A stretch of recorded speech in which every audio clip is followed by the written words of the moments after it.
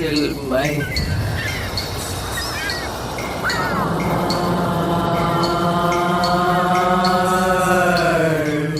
Welcome to Speak Sex. I am your host, Eurydice, and today's guest is Abraham Haak.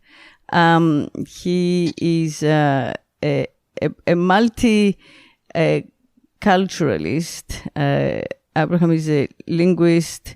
He also designs curricula around the world. He has been an instructor and a adjunct at NYU for years, working on pivotal new programs of education that involve the languages of the world.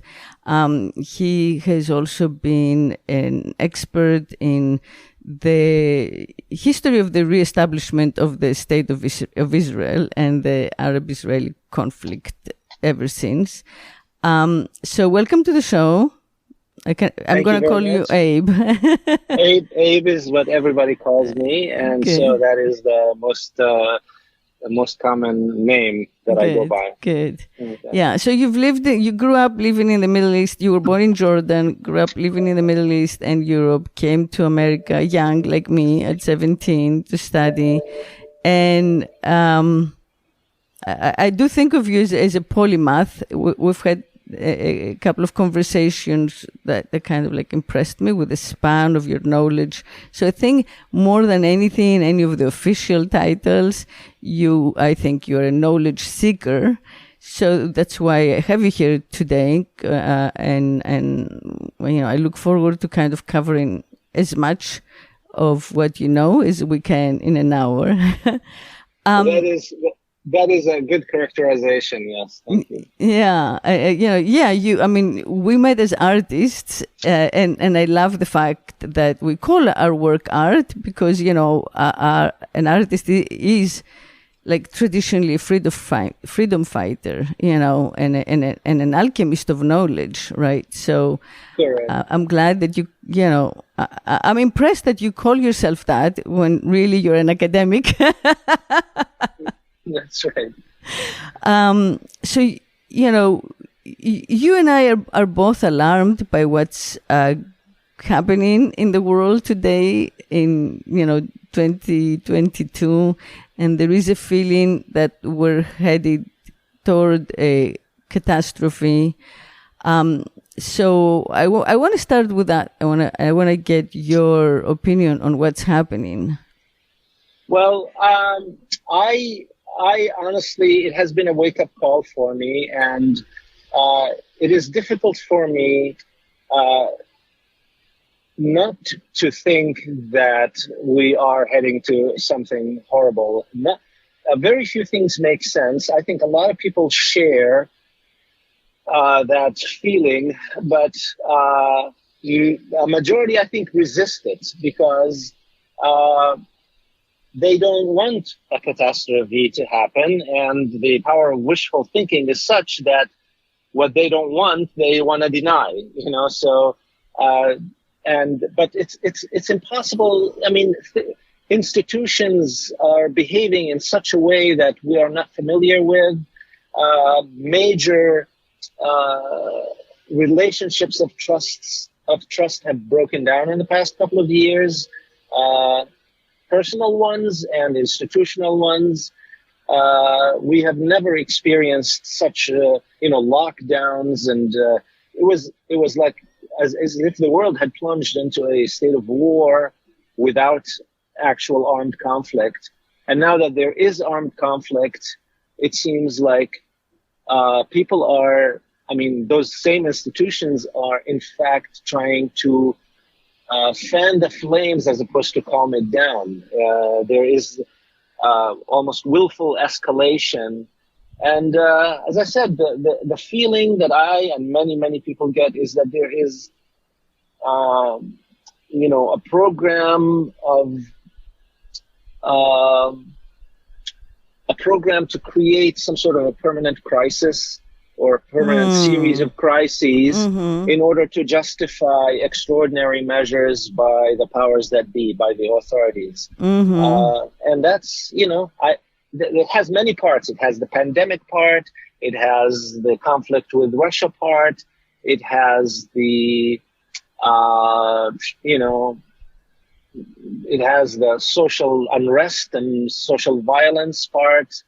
It has many aspects, but they all seem to lead to a program of intensified control, more complete control. And the scary part is that once, once those powers invest so much time and money in it, it's hard to imagine that they would quit if there is resistance. So that's where. Yes. I mean, I that's the feeling that that I'm getting as well. It feels that we're moving toward an impeding apocalyptic clash, and it's if we could for a moment stop thinking of ourselves as the actual living human beings, vulnerable, flesh and blood human beings that are the parts of it, it's almost like our original thesis, who we were for at least the entire agrarian era, right? Which was the time that we had language, so the time that we had consciousness, the time that we have our, records of, broke into antithesis after the industrial era, where, people moved countries for work, and a lot of the institutions gradually broke down, marriage as we knew it, and patriotism as we knew it, right? And I mean, countless traditions, procreation, etc. We got to that nuclear crisis where we realized that we might all be self-annihilated. And after that, there was the explosion of scientific quote unquote progress. And now we've entered and now in the continuation of the digital era, right, we're in a continuation of the industrial era, we're in the digital version of the industrial era, which is only exacerbating that self-alienation and that manic quest for an identity, because we've lost it in the process of trying to catch up and make money, right? Under the pressure of the authorities, those very authorities and institutions that you're mentioning, that seem to not be on our side. So it feels that we're living a moment of the extreme decline of the empire, and there will be a synthesis that can only come. A synthesis will lead to a new thesis, right? But it can only come through a terrible clash that will bring everything down, and there will be a scapegoat, a little bit when Christ appeared and we went back to counting time from zero again. Yes. But that's the Dark Ages. It wasn't that simple. It wasn't we all became enlightened agape Christians. I was immediately usurped by the authorities, and then we That's right. Went back hundreds, I don't know, if not more years in knowledge. So, That's right. Right? Yeah. Well, it's always the power. I mean, regardless of what happens in the minds of humans, the power dynamics, very basic power dynamics continue to assert themselves. And, the ideas kind of modify this and take the shape of whatever forces are operating on the scene, but they don't stop the forces. And so this is a continuation. The difference today, is that the reach is global. And so we are, it's a qualitatively different dynamic, because we have no place to run to, especially in the United States. I mean, if this first, I think a globalist project cannot be successful without the inclusion of the number one industrial and military power in the world, which is the United States. The greatest resistance to that project is here in the United States, and so the greatest clash is going to be here, and so if this country becomes lines up with the rest of the countries for this sort of what I think is essentially an anti-democratic, corporatist project, then no other country will be able to withstand the onslaught. Right. And so it is all here, and the difference, what makes it different than all other previous crises in history and inflection points in history, is that this is a globalist one, truly globalist, not like the Hellenistic Alexandrian Empire or like the Roman Empire.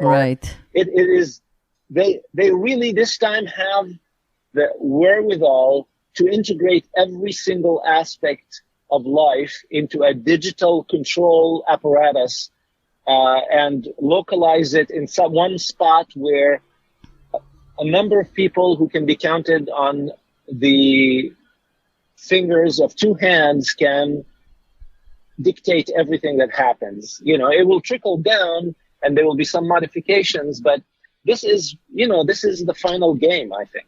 Wow. Yeah. Yeah. And they use I don't want to say they, because I have no idea what I'm referring to. But, there is the feeling that they use local conflicts to frighten everybody, right? And to confirm that control. And this is happening now in Ukraine, which I have found heartbreaking. Historically, there is not that, there isn't that huge of a difference between the Ukrainians, at least in the eastern part of Ukraine, of what's now Ukraine, and the Russians next to them. Well, this conflict has made has made them like generational enemies now. So it has guaranteed that they will hate each other, for generations to come. And that's it's heartbreaking. It is. It's also, I am aware. I'm constantly doubting myself by saying the following. I'm always asking myself, what is my information ecology? Everybody has an information ecology, right? And so when we think about things, when we are in a position, when we're arrogant enough to think that we have a clear picture of something, we usually, it is always the case, let me say it again, it is always the case that what we don't know is greater than what we know about any particular topic. For sure. I am a trained linguist who spent decades studying this, and what I know is a fraction of what I don't know. A physicist who spent 80 years of his life studying physics reaches that realization that what he is dealing with basically little bits and pieces of a great picture that can never be obtained or have a single mind wrapped around it. Yes. And that is in the best of cases. That's when no one is trying to prevent us from knowing. Like a physicist, no one is trying to prevent a physicist from finding more about the universe. But in a situation like where politics is involved and human society is involved, there are actually people who are actively trying to misinform you by two main methods. One, by actually pushing false information on you, and by a larger method, which is called lying by omission. The greatest lies in the world are lies of omission. They tell you only a part of the truth, and you can chuck that part and it turns out it's true, but you don't know the other part of the truth that completely changes the overall image. So what we know about what is happening in Ukraine is we're where do we get it? We get it from the mainstream media. We get it from the social media at times. We get little bits and pieces, and we don't know what's happening. I always value the little bits, of information that seems to contradict the main narrative, not because it might be truer than the main narrative, but because the main narrative, I know that the main narrative is usually trying to suppress alternative narratives. Right. And so I am going, just like I give greater weight to the negative in a story, to the contradictions in a story, to the cracks. Just like, let me give you an analogy. When you go buy, if you want to buy an antique, or if you want to buy a car, or anything you want to buy, 95% of the car, or 95% of what you're trying to buy, 98 or 99% might be perfect. But you always go and focus on the part that is cracked. You say, what is wrong with this, right? Because you don't want that could disable the whole car, or that could make the vase that you're buying completely worthless if it has a crack in it. So we privilege the negative in a picture, in an information picture or a data picture, for a good reason. Why? Because that narrative could devalue the entire idea or the entire narrative, very much like one small hole in a balloon could deflate the entire balloon. Every story has two sides, and the two sides appear to be opposite. Everything includes its opposite. Like, that's just how everything is. Exactly. And this is the story. You mentioned that I was born in Jordan and that I speak on Israel. This is one of my biggest wake-up calls, is that I was raised in an environment that demonized not only Israel, but the Jews in particular, or in general. And it took me, and I grew up in an educated family, in a privileged environment, and I had access to international media. I grew up in the era of mass communications with TVs and radios, and I was multilingual. So, I had all sorts of inputs from various informations. Yet it was not until I came to the United States that I discovered that much of what I thought I knew for sure about Israel and about the conflict in the Middle East was false. It was like not only mildly different than what I had been taught, but the opposite in many cases, that the villains were actually the heroes and the heroes were the villains. And it is that implanted in me a deep and fundamental skepticism, which I think is the only appropriate attitude of an intellectual. I think an intellectual, as someone who is someone who values, who has intellectual integrity, who values knowledge, and who is a truth seeker, his primary posture must be skeptical posture, which means anything that comes at you, you cannot take it at its face value. You have to first make sure that the facts are true, and then measure them or put them up against other facts and see if those mesh. And if they don't mesh, you have to privilege the stuff that doesn't mesh. Mm-hmm. Yeah. The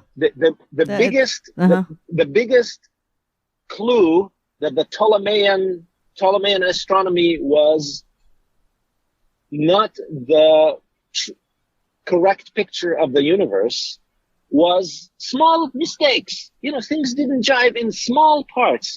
They had to adjust it here and adjust it there. But those small adjustments, it worked 98% of the time, but those 2% of the time were more valuable informationally speaking, than the 98% that were working fine. They worked fine. Those two things that did not work told us that the entire system was wrong, and we had to wait for for 2,000 years until Copernicus came to tell us that the whole model is wrong, people. And our best clue to the whole model is wrong is that the fact that it was off a few days here and off a few days there. That's it. Yeah, that's beautiful. But yeah. I wanna backtrack for a second and ask you. So how did your views on the Arab-Israeli conflict change? What did you learn? Well, I came here. I came here when I was 17, and I think the very first semester I arrived in Cambridge, Massachusetts, to go to school there, and I was invited by a friend from Chicago for Christmas. I was by myself, and he said, you're not going home. Why don't you come with me for the holidays to Chicago? So I went with him to Chicago.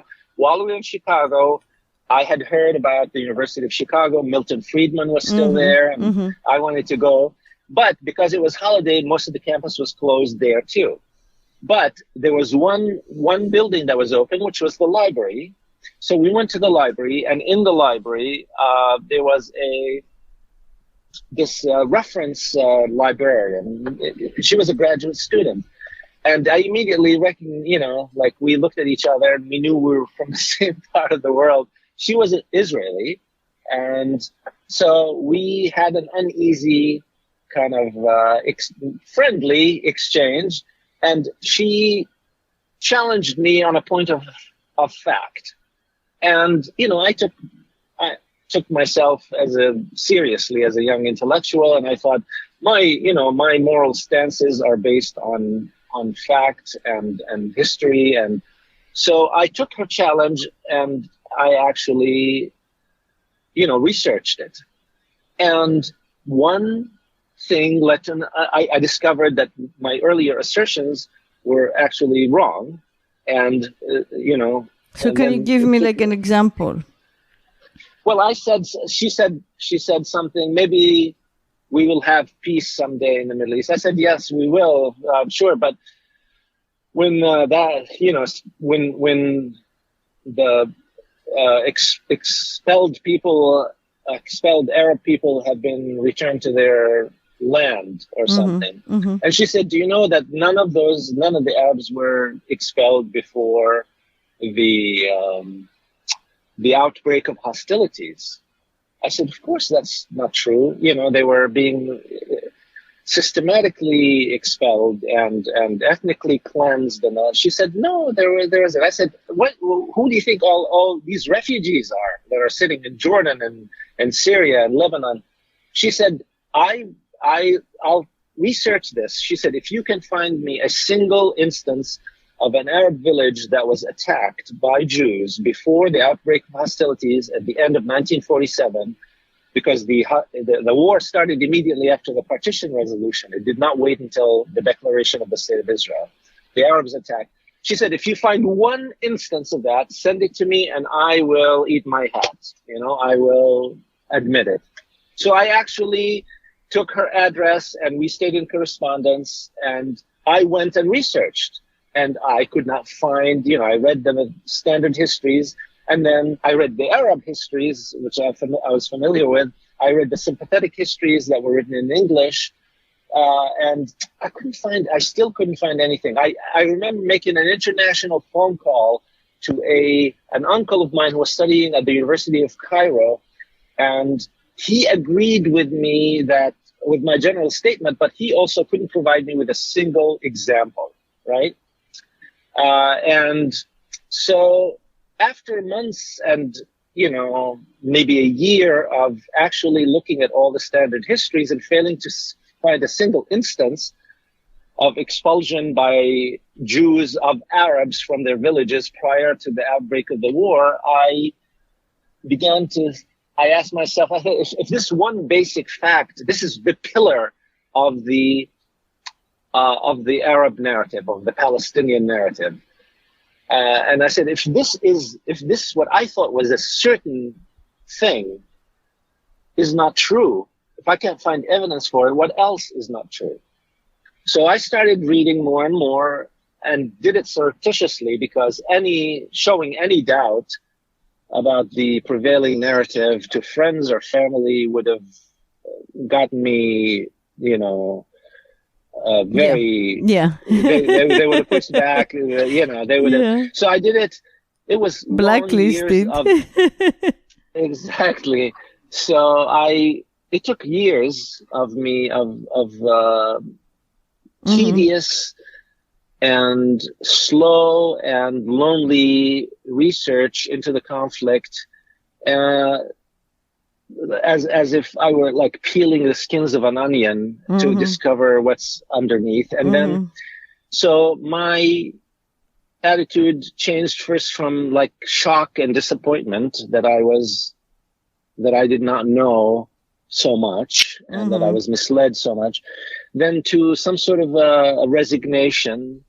And then I started reading more about Israel, and that turned into some like admiration that this thing happened, and these people pulled themselves together and created this democracy in the Middle East, and despite an extremely hostile environment. Then that admiration finally ended in love. I mean, I am completely taken by the miraculous creation of this state, which has no precedence in all of human history, by the way. There is no other. I am a linguist, as you know, and there is no instance ever of a people, a community, a nation that disappeared, that was completely disappeared and lost its national being, and then and was expelled from its own land, lost the use of its language, and then came back to that same piece of land and revived the use of the language. Before 1900, no one was speaking Hebrew at home. It was a liturgical language, very much like Latin is a liturgical language or in Byzantine. the Catholic Church. Yeah. Or Byzantine Greek, or what exactly. But these people revived this biblical language that it was actually stopped being spoken in the 5th century BC. Oh, really? By the way, after the first exile into Babylon, the Assyrians destroyed Jewish presence, and so when the Jews returned, they were speaking Aramaic, which was the lingua franca of the Levantine Middle East. And so, but 2,000 years later, they're actually using language that, had been 2,500. There is no precedent in human history for this achievement, for reviving a cultural language or a national language after it had receded into only ritualistic and catechetical use for more than 2 millennia. So, so I started visiting Israel, and I was amazed at what I saw. And I always say to people, don't listen to me if you think what I'm saying is unbelievable and crazy and amazing.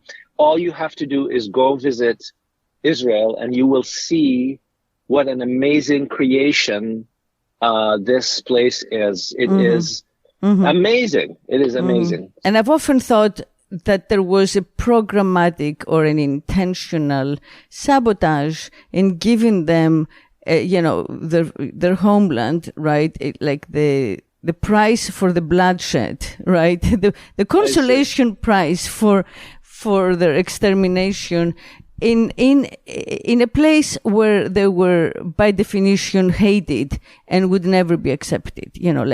There you can go be amongst your enemies. The displaced Palestinians were not allowed to make lives in Jordan. They were kept intentionally in camps. They were not allowed to make lives, diaspora lives, the way that so many of us have made diaspora lives, at the same time in countries all around the world. They were intentionally, it seemed to me, kept in that place of like expectation of return, right? With that myth. It's like, my grandmother, grew up in Smyrna. It became Izmir in 922. Family and friends and whatnot were like decapitated by the Turks, of Ataturk, right? She swam the 6 miles, the same 6 miles or 7 miles that like the Syrian refugees, like to Lesbos. And came to Lesbos, which, from my bedroom on Lesbos, I see Turkey, I see that land. Yeah. So, but my point is, of course, there was always like, the typical kind of like, agrarian nostalgia for the past, the lost Eden, everything was so great back then, whatever. But it never occurred to her. She never said, in all of these endless stories of what life was there then. And I had family also, there was family stories from diaspora in Alexandria or whatever, who were like exiled by Nasser. There was never a sense of, you will go back. You just here temporarily, and you'll go back and you'll get what your house is. It was kind of it was implicitly understood that this is how history happened. We're making a life here, we're having children here, and from now on, we're from here. And that was not given as an alternative, I feel, to many of the Palestinians in order to perpetuate this existential, like the Philistines against the Israelites kind of, That's right. 1,000-year-old conflict, and it's really the same people. So, it does like have a sense of intentionality that somewhere, somebody, I don't know which side, but the Arab world has become an extremely wealthy world, in some parts of it. And yet that wealth has not been used to give better lives to, the Palestinians who, for all kinds of reasons, were displaced. I agree with your assertion that someone is definitely trying to perpetuate the conflict. Someone is keen to keep the war going and the conflict going. Not all of the parties. Some of the parties have come to realize to take a different course, like the Gulf states and maybe now Saudi Arabia and Jordan before that and Egypt even before that. But there is still a group of Arab states and external actors outside of the Arab world who are keen to keep Israel in check and to keep it busy with this, with this conflict. But the other part that I, though, would diverge from you on is that the analogy between diasporas, like Jewish diaspora and the Greek diaspora, and what is happening with the Arabs of Palestine is not a good analogy. Why? Because the Greeks and the Jews had national cultures with unique languages, unique territories, unique cultural heritages. The Arabs of Palestine were part of the Arab world in general. They did not have a national body. They did not think of themselves as separate. They rejected openly any special national designation up until 1958. Oh, I didn't know that. Yeah. So, for example, there was the Peel Commission that came to kind of mediate between the Arab and the Jewish communities in 1936, 1937. They openly offered a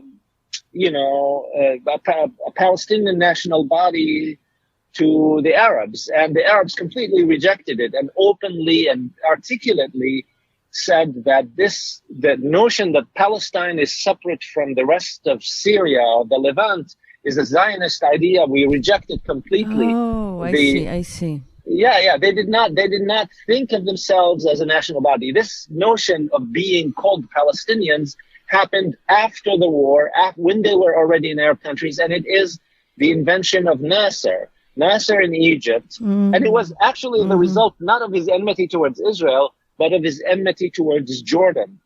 Jordan immediately took control of what was then the West Bank and of the Palestinian people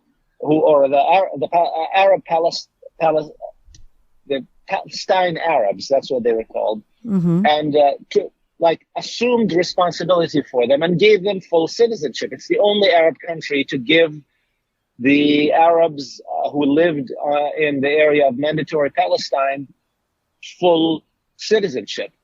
Nasser was a committed anti-monarchist and socialist who saw the Hashemites in Jordan and Al Saud in Arabia as his enemies, and it's known as the Arab Cold War.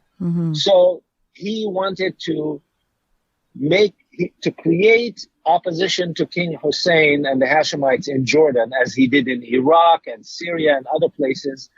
He created the Palestinian identity, created the Palestine Liberation Organization in the Arab Summit of 1964.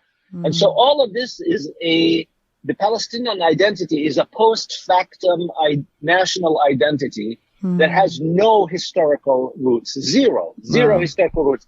When Hajj Amin al-Husseini, who was the leader of the Arabs in mandatory Palestine, he established a newspaper, I think in 1926 or 27. He did not call it Palestine. He called it Southern Syria. He said Surya al-Janubiya. That is the name of the newspaper. When you said a Palestinian before 1948, when somebody said, "Oh, he's a Palestinian," it meant he was a Jew.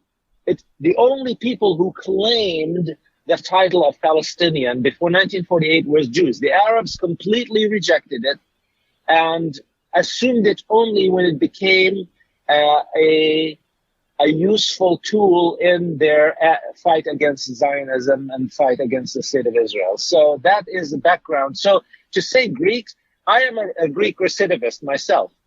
I told you, I have shared with you that I still dream of Asia Minor being, becoming Greek land again. And maybe it will happen through the European Union with natural immigration. I don't know what's going to happen, but I have not emotionally accepted the expulsion of Greeks from their homeland in Asia Minor. I am still suffering from that thing. Honestly, I know it's impossible. I know that Turkey is much stronger than Greece, and Greece is like 8 million people, and Turkey is like a whatever and all of that. But I am 80. It's still it's a knot in my heart. It's a little hurt in my chest that I cannot accept. So and what do you think of, actually, speaking of which, what do you think of Erdogan now? Is he a despot like Nasser, or is he becoming a king like the Saud family? What is whatever he is, he's the title for him often is like a strong man, because he's genuinely popular in Turkey. More than half of the population actually likes him because he advocates for Turkey and he makes a strong stand for the country.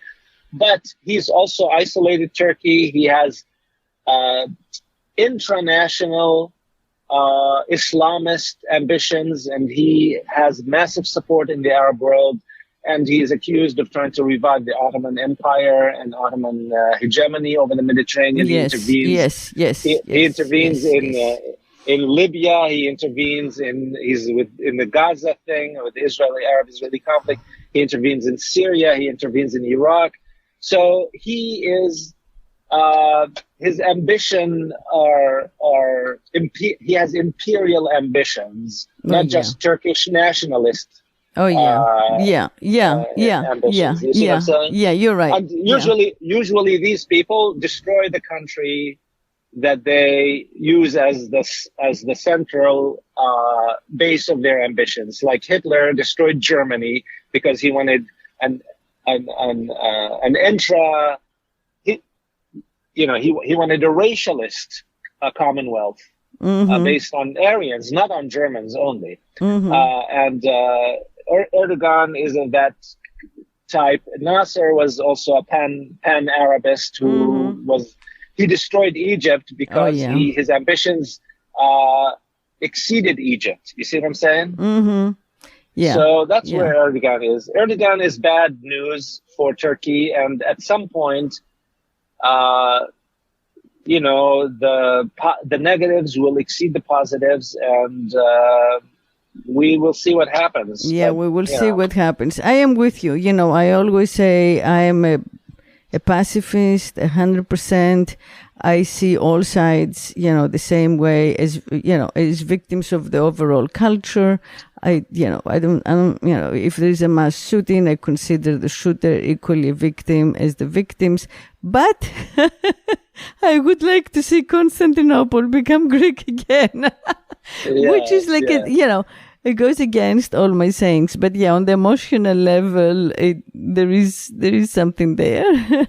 So my next question, of course, is, in this time of crisis, right, where we don't have a centralized source of like truth, and so much seems to be heading toward, you know, some sort of like catastrophe, as we said to begin with.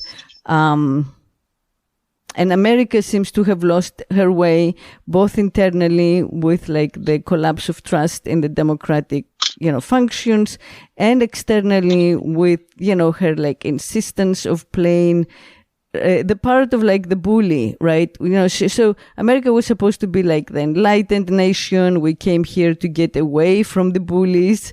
And now, you know, America is like the bully of the world, right? So it's not a good moment, but I do know that you have said that even though you have been a militant atheist for most of your life, you feel like inexorably headed into some sort of, you know, deep religious commitment, which I feel that may be what we all, you know, well, many of us will find our comfort in, you know, at a time like this. So would you talk to me a little more about this, you know, religious impulse?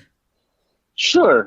I've had it all my life. Before I get into it, though, I want to just clarify that I also have a deep love for this country on the personal level, but also on, you know, philosophically. So on the personal level, because it adopted me and it gave me a good life, and it embraced me. It did not only accept me; it embraced me. It gave me. I have never regretted becoming an American. Yeah, me too. It's not that It's not only that I immigrated to America as like I think of myself as an immigrant from the Middle East or anything like that. I now it's my sole identity. I've been here long enough that I do not I have my loyalty to this country and to this culture, and I think it saved my life. I think I would have probably died or perished in some horrible way had I not come to the United States. This country had never disappointed me. So I want to say this about it. And philosophically, I agree with you. I feel the same way. I do believe that we are also, I do believe in American exceptionalism, and that it is not just a psychological viewpoint by individuals who are grateful like us. I believe that America is objectively an exceptional nation in the sense, and I give you a formula for it. The formula, a material formula. The formula is that no other country on earth has given so many people so much freedom and so much prosperity in human history. So if you go at each one of these variables and test it against what we know from history, as many people, has any country ever given hundreds of millions of people so much freedom where you can travel from one end of the continent to another, change, move across social strata, start a business, marry, across races and across, cultures, all of that. And then prosperity too. Has there ever been so many people lifted from poverty? So all of that stuff. So that's America. Yeah, I agree with you, you know, and especially coming from a culture where, you know, as you know very well, you know, who your fathers are and your grandfathers are and your great grandfathers are, makes your destiny and there is no way out of it. You know, it's amazing that in America you're allowed to just, you know, rebirth yourself. And, you know, and so I think that it's never been done before. And I think that it has led us out of what, like, you know, feminists at least like me call the patriarchy, for sure. So, so having said that. So on the religious front, as I said, even when I was on the left, generally speaking. I had, being a child of my environment and largely, you know, academics, overeducated uncles, aunts, and parents, I gravitated towards, you know, the socialist model of things. And I looked at history at the time. You know, I grew up in an era where the Soviet Union was in the ascendant. And if you looked at the world map, you know, anywhere you saw the red spreading. It was, you know, up until it collapsed, it was spreading. It was like spreading in Afghanistan. It was still spreading in parts of Africa and Asia. So it seemed not only my sympathies, but it seemed like the trajectory of history was was a socialist trajectory. And then just about the time when what the Germans call Die Wende, which is the change, the big change, happened, I actually went and 1989? Exactly. I was in that between 1986 and 1989. I went and finished an undergraduate degree in Vienna, Austria. And Vienna, as you know, is like, used to be a neutral. Austria was neutral. It was not part of NATO. And Vienna, because it was so close to Czechoslovakia and Hungary, was a place where immigrants from the Soviet bloc came. So we would stay up drinking what they called green wine, you know, in Vienna bars. And I am the socialist arguing against the socialism's refugees, trying to convince them that socialism is better for them, and then comparing it favorably to what the situation in the United States is. You know, like I would say, how much of your income do you pay in rent? It would say 5%. I said, I pay 35%. You know, and they would say to me, you know, let's switch passports. I'll be happy to pay the 35%. You can come to Praga and pay the 5%, and we'll switch passports, and you'll be happy under socialism, and let's go suffer under capitalism. You know? So by the time I came back to the United States, I had really changed my mind. Just before the Soviet Union collapsed, just before the wall was breached and fell, I began to realize that my ideas about the world were not sound, about what is happening in the world, and that I needed to adjust. So I began to modify my ideas, and part of that was the place of religion in my life. And before then, it was a rejection based on kind of a thoroughgoing scientism, what I call a scientism, which is not just science, but a religion-like belief in science. That if science does not give you proof of something, that thing doesn't exist, right? And so I scoffed at all religious ideas, and I satirized them, and but still I was not completely convinced that all of this was random, you know. And then science itself, I took lots of courses, even though I was studying linguistics.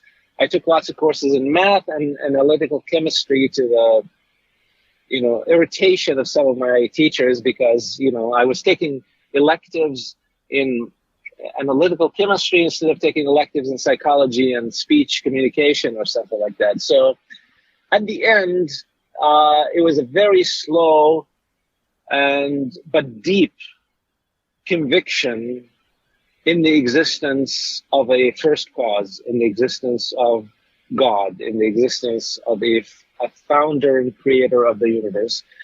But that belief was separated from the existing traditions. So I became an atheist and a certain atheist. I became a religious person and a deist or a theist, despite the fact that I was not affiliated with any church, and I'm still not affiliated with any church.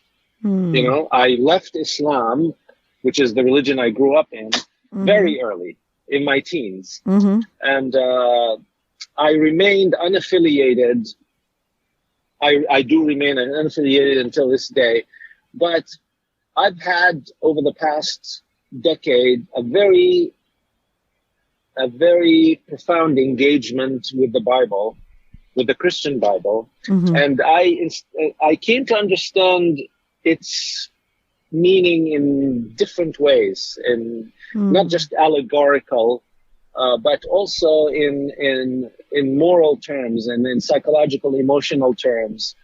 And I just have now. I'm much more comfortable. I have to tell you, I'm much more comfortable with people of simple faith on the personal level than I am with high-sounding intellectuals. Also on the personal level, I trust the people of simple faith more. When I wrote my will with my wife and all of that, the people who were in line, wanted to be our trust executors and all of that, were all just like Christian evangelicals. And people, it puzzles people when I say that, because I am, as I said, I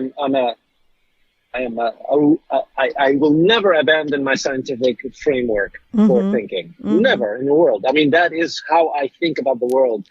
And, but I also understand that faith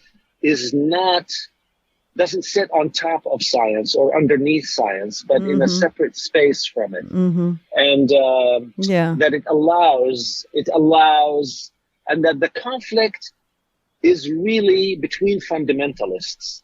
The conflict is between religious fundamentalists and literalists and atheistic fundamentalists and literalists.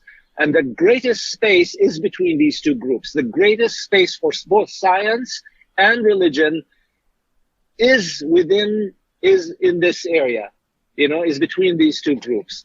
But there are scientific literalists and fundamentalists, or scientistic literalists and fundamentalists, and there are religious literalists and fundamentalists, and both positions are untenable in light of science. The Codex Synapticus, for example, right? It's just so fascinating. On a linguistic level, right?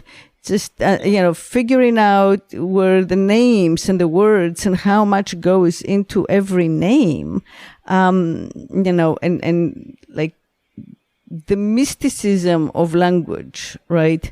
And then, of course, like the exegesis of it afterward. It's, I can lose myself very happily in that type of reading, and which is theological, exactly. Yeah. So I think that is still something that's the work of like a scientific mind. I don't think that type of study is unscientific, and the Judeo-Christian, at least like, material, which, includes like anyone from like Sabbatai Zevi to, to the writers, the first, the Papai writers, right, of the first Greek texts, who discussed like the version of Armageddon. I think, the great battle, right? I see. Yes. Al something, Al Kubra or whatever. In any case, it's just all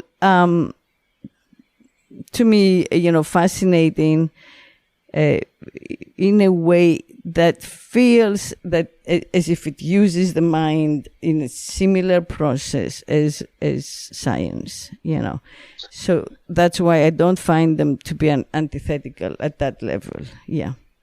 That's right. And science should not prevent us from speculating on what science cannot encompass yet. You see what I'm saying? There is the limited, the suffocatingly limited view of science, which says if you don't have evidence, then it does not exist. What is the formula usually that equating absence of evidence with evidence of absence, right? Mm-hmm. Where you say there is no evidence for this, it means it doesn't exist. No, it doesn't mean that at all. It means that you haven't found the evidence yet, that maybe you cannot even comprehend the evidence because you're dealing you're thinking about the world in Newtonian terms, in 3D terms as opposed to in 4D terms or 11D terms as string theory now projects the world to be. So it means, as I said, there's an arrogance about excluding other possibilities that has now been attached to science that I reject now. I used to do it also as a young, ignorant man, and now I do not do it. Now when somebody gives me a what seems like an outrageous idea, I do not flick it off like this. I say, okay, what is he trying to say? And how could is it possible at all? Even if he does not have evidence, is it possible at all? I do reject harebrained ideas in the end because of logical impossibilities mostly. But I do not, as I said, I don't make this arrogant mistake of equating what we don't have evidence for yet with what does not exist. Yeah. Which is many of the people now, many even, luminaries, people whose works I have read for years, like Richard Dawkins and Hitchens and all those famous militant atheists. I've read their works and I idolize them, but I now realize that position really kills the human curiosity, it trashes human intuition. Our intuition is worth something, Yes, that's beautiful. That's beautiful. Before we find evidence for something, we have to search it or research it. And before we research it, we have to sense that it is there. We have to intuit that it exists already. And then otherwise we won't be curious. You won't go searching for something that you don't suspect exists. Only our suspicion will lead us to it. And sometimes we make mistakes. Sometimes we go astray. But we should never suffocate or choke off the intuition that it seems to be universal in every culture. It seems to be in children. It seems to be in every organism, actually, not just human being. It seems to be in animals. If animals could communicate to us, I think they will communicate that they know that this is not possible without some sort of a final cause or primary cause. And I choose to surrender to that one. Thank you, Abe. That was beautiful. So thank you for coming. Thank you for listening, everybody out there. And until next week, keep speaking sex, which also includes keep speaking nature, keep speaking life, keep speaking each other, keep speaking skepticism. And yes, what we don't know is always greater than what we know.